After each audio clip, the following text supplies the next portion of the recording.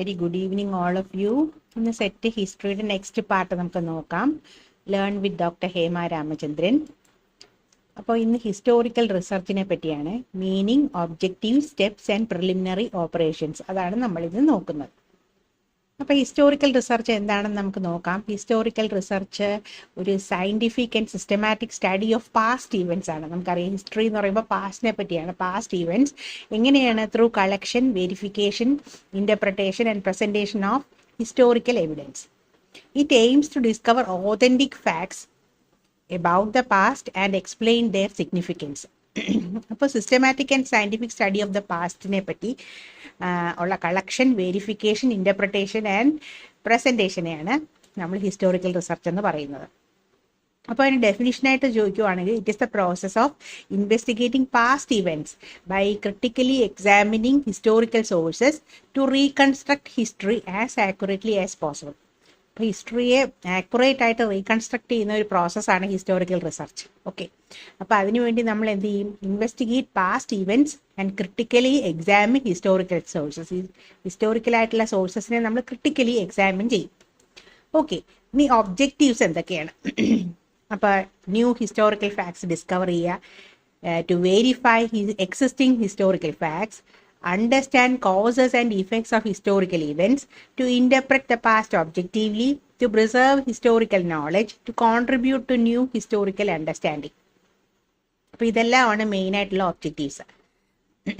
പുതിയ historical facts കണ്ടുപിടിക്കുക, existing ആയിട്ടുള്ളത് വെരിഫൈ ചെയ്യുക, പിന്നെ അതിൻ്റെ കോസസ് ആൻഡ് ഇഫക്ട്സിനെ പറ്റി പഠിക്കുക, പാസ്റ്റിനെ ഒബ്ജക്റ്റീവ്ലി നമ്മൾ ഇൻ്റർപ്രറ്റ് ചെയ്യുക, preserve historical knowledge and contribute to new historical understanding.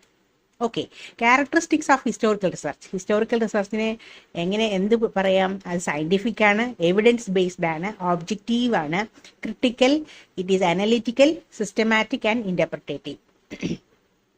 ഒക്കെ നമുക്ക് അറിയാവുന്ന കാര്യങ്ങളാണ് അല്ലേ? ഓക്കെ, ഇനി സ്റ്റെപ്സ് എന്തൊക്കെയാണെന്ന് നമുക്ക് നോക്കാം. അപ്പോൾ സ്റ്റെപ്പ് 1 എന്ന് പറയുന്നത് സെലക്ഷൻ ഓഫ് ടോപ്പിക്കാണ്. അപ്പോൾ ഒരു സ്യൂട്ടബിൾ ആയിട്ടുള്ള റിസർച്ച് പ്രോബ്ലം കണ്ടുപിടിക്കുക. അപ്പോൾ അതിന് എക്സാമ്പിളായിട്ട് ഇവിടെ പറഞ്ഞിരിക്കുന്നത് the impact of non corporation movement in Kerala. അപ്പോൾ അതിനെ പറ്റിയുള്ള ഒരു സ്റ്റഡിയാണ്. റിവ്യൂ ഓഫ് ലിറ്ററേച്ചർ ആണ് സ്റ്റെപ്പ് 2 എന്ന് പറയുന്നത്. Step 2 study books, journals, thesis and previous research. അപ്പോൾ അത് എന്തിനാണ് നമ്മൾ റിവ്യൂ ഓഫ് ലിറ്ററേച്ചർ ചെയ്യുന്നത്? ചോദിക്കാറുണ്ട് ക്വസ്റ്റ്യനിൽ. Avoid duplication, identify research gaps, understand previous findings. ഇതിനൊക്കെ വേണ്ടിയിട്ടാണ് നമ്മൾ റിവ്യൂ ഓഫ് ലിറ്ററേച്ചർ ചെയ്യുന്നത്. ഇനി സ്റ്റെപ്പ് 3 എന്ന് പറയുന്നത് formulation of research problem. Clearly define what is to be studied. Example, what was the contribution of women in salt Satyagraha in Kerala. അപ്പോൾ ഇതാണ് formulation of research problem. അപ്പോൾ വിമൻ്റെ കോൺട്രിബ്യൂഷൻ എന്തായിരുന്നു എന്ന് പഠിക്കുന്നതിനെ പറ്റിയാണ്. Step 4 is formulation of hypothesis. ഹൈപ്പോതെസിസിനെ formulate ചെയ്യുക. അപ്പോൾ ടെൻഡേറ്റീവ് അസംഷൻ എന്താണെന്ന് വെച്ചാൽ അത് ടെസ്റ്റ് ചെയ്യും. എക്സാമ്പിൾ എന്താണ്? Women's participation increase the effectiveness of the movement. അപ്പം ഇങ്ങനൊരു ഹൈപ്പോതെസിസ്, അതായത് നമ്മൾ അസ്യൂം ചെയ്യുവാണ് വിമൻസ് പാർട്ടിസിപ്പേഷൻ ആ മൂവ്മെൻറ്റിൽ ഇൻക്രീസ് ചെയ്തു. അപ്പോൾ ചിലപ്പോൾ ഹിസ്റ്റോറിക്കൽ റിസർച്ചിന് ഒരു ഫോർമൽ ഹൈപ്പോതെസിസിന് ആവശ്യം വേണ്ട കാര്യങ്ങളില്ലാത്തതും കാണും. ഓക്കെ, അപ്പോൾ പക്ഷേ നോർമലി നമ്മൾ ഒരു ഹൈപ്പോതെസിസ് എന്തായാലും കാണും. അതിനെയാണ് ഫോർമുലേഷൻ ഓഫ് ഹൈപ്പോതെസിസ് 4th സ്റ്റേജിൽ പറയുന്നത്, സ്റ്റെപ്പിൽ പറയുന്നത്. അടുത്ത സ്റ്റെപ്പ് 5 എന്ന് പറയുന്ന collection of sources. Historical evidences എല്ലാം കളക്ട് ചെയ്യുക. എന്തൊക്കെയാണ്? Examples, inscriptions, coins, government records, newspapers, letters, diaries, ഇതെല്ലാം തന്നെ കളക്ഷൻ ഓഫ് സോഴ്സസ് ആണ്.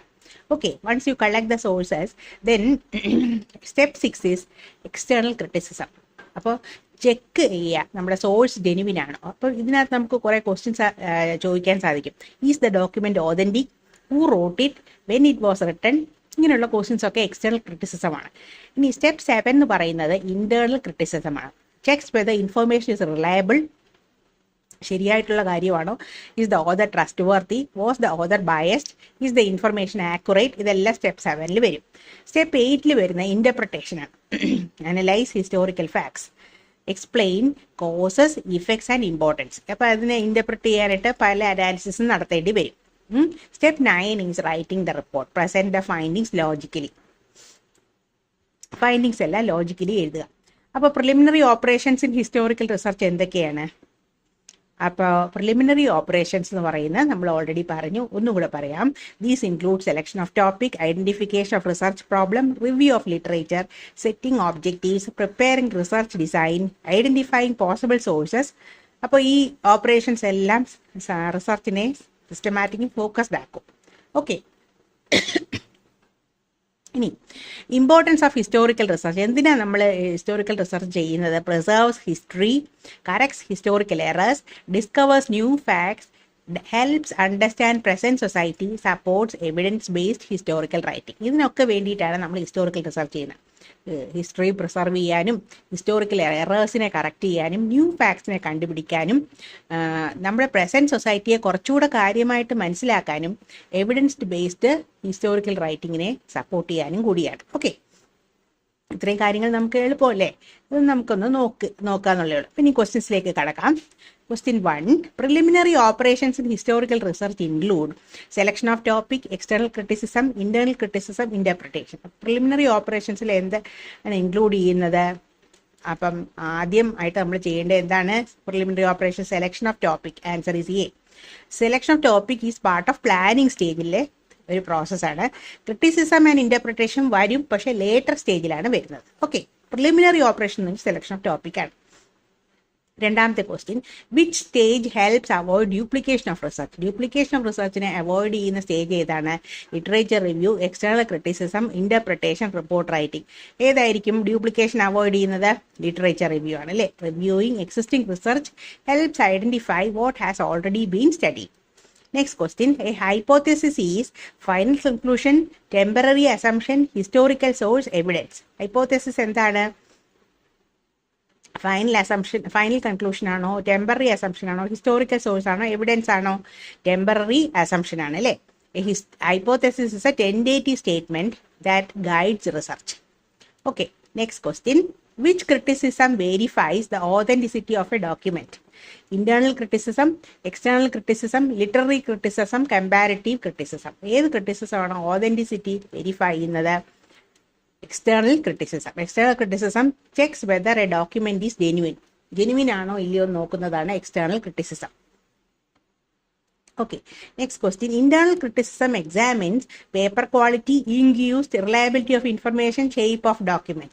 Internal criticism എന്തിനെയാണ് എക്സാമിൻ ചെയ്യുന്നത്? Paper quality, ink used, reliability of information, shape of document. Answer is reliability of information. Internal criticism evaluates the truthfulness and credibility of the content. അപ്പം ട്രൂത്ത്ഫുൾനെസ്സിനെ ക്രെഡിബിലിറ്റിയെ നോക്കുന്നതാണ് internal criticism എന്ന് പറയുന്നത്. Okay, next question, the final step in historical research is interpretation, report writing, topic selection, collection of sources. ഏതാണ് final step in historical research? Interpretation ആണോ, report writing ആണോ, topic selection ആണോ, collection of sources ആണോ? Report writing ആണ് അല്ലേ final stage എന്ന് പറയുന്നത്. Findings are presented in a systematic report at the എൻഡിൽ നമ്മൾ ഫൈൻഡിങ്സ് എല്ലാം സിസ്റ്റമാറ്റിക് ആയിട്ട് റിപ്പോർട്ട് രൂപത്തിൽ എഴുതുന്നു. Next question, which of the following is a primary historical source? Research article, encyclopedia, personal diary, history textbook. ഏതാണ് primary historical source? Example personal diary ആണ് അല്ലേ? ഡയറിക്കകത്ത് original record of the period under study കാണും. അതുകൊണ്ട് personal diary എന്ന് പറയുന്നത് ഒരു important historical document ആണ്. Next question, historical interpretation mainly involves destroying old records, explaining the meaning and significance of historical facts, printing documents, organizing archives. Historical interpretation എന്ന് പറയുന്നത് എന്തൊക്കെ involve ചെയ്യുന്നുണ്ട്? ഡിസ്ട്രോയിങ് ഓൾഡ് റെക്കോർഡ്സ് ആണോ, explaining meaning and significance of historical facts ആണോ, printing documents ആണോ, organising archives ആണോ? Answer is explaining the meaning and significance of historical facts. അപ്പോൾ interpretation helps explain why events happened and what they meant. Okay, എന്തുകൊണ്ടാണ് events happen ചെയ്തത്, എന്താണ് അത് മീൻ ചെയ്തതെന്നൊക്കെ പറയുന്നതാണ് interpretation എന്ന്. അപ്പോൾ ഇത്രയും കാര്യങ്ങളാണ് preliminary operations of historical research. Okay, so keep watching my channel, please subscribe, and നമ്മുടെ കഴിഞ്ഞ ആഴ്ചത്തെ ഒന്ന് റിവൈസ് ചെയ്യണേ. Then thank you all and be happy.